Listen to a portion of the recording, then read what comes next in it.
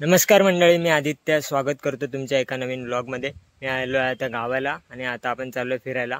माझ्या मागे तुम्ही बघू शकता श्रीकांत आणि माझी बहीण आहे। तुम्ही मागच्या व्लॉगमध्ये यांना बघितलंच असेल, तर तिथून हाय करतो श्रीकांत। आणि आता आपण कुठे चाललो आहे?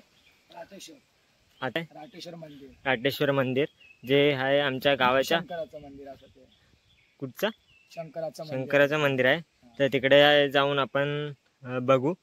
तर चला तर मग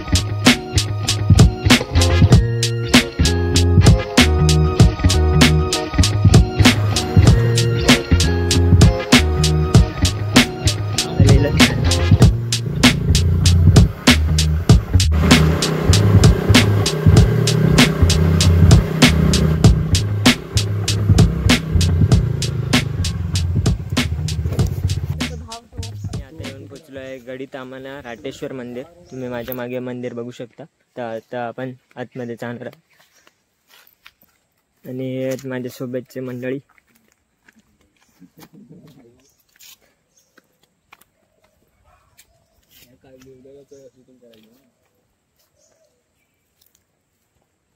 ते तुम्ही बघू शकता। राटेश्वर मंदिर गडितामाना।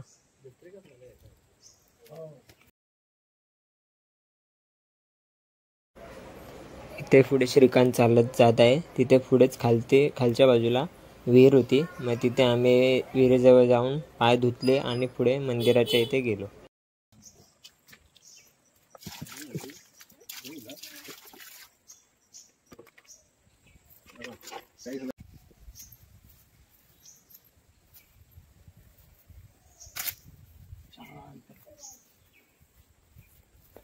तिथून आहे का लाईन असते पूर्ण गोल।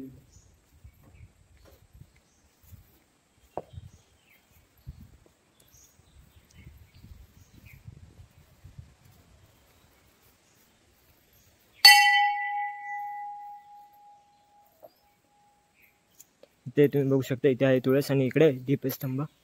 1988 मध्ये हे मंदिर बांधण्यात आले।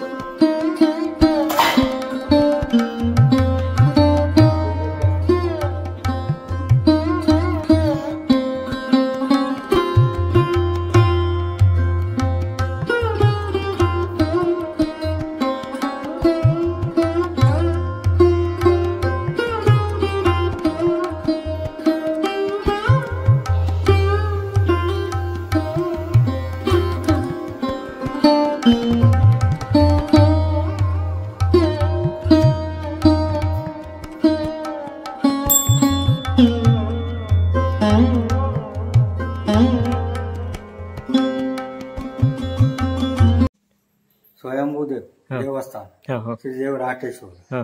तर आमच्या इथे ब्राह्मणाचं घर आहे तिकडे, इथून 1 किलोमीटरवर. तिथे तो त्या वडामध्ये निर्माण झाला आणि तिथून काही बौद्ध लोक, आता बौद्ध पहिले मारलं, करांदे करायचे पहिले.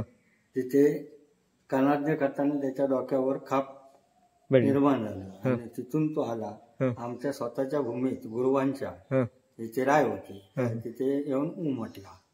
त्याची खुणा सुद्धा तुला बघायला मिळेल तिथे. तिथेच आहे का? असं आहे. पण स्वयंभू आहे, हाताने मूर्ती केलेली नाही. आणि ही मूर्ती आहे ती देवीची महालक्ष्मीची मूर्ती. ही महालक्ष्मीची मूर्ती.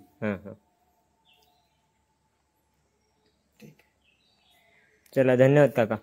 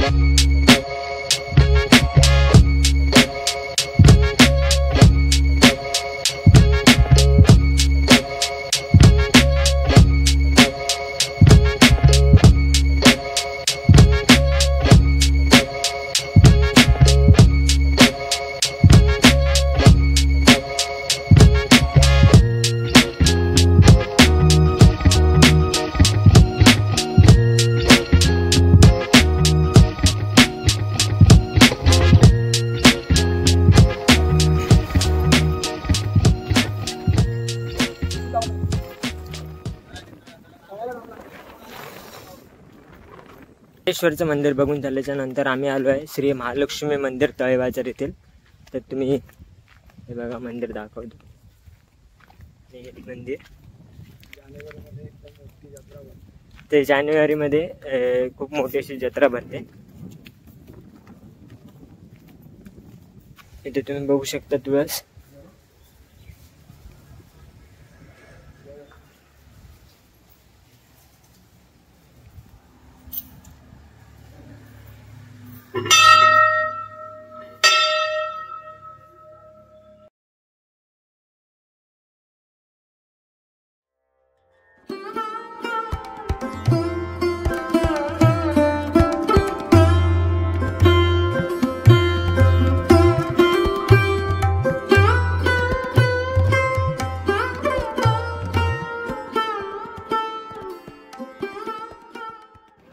ब्लॉग मी इथेच संपवतो. आपण भेटू पुढच्या एका नवीन ब्लॉग मध्ये.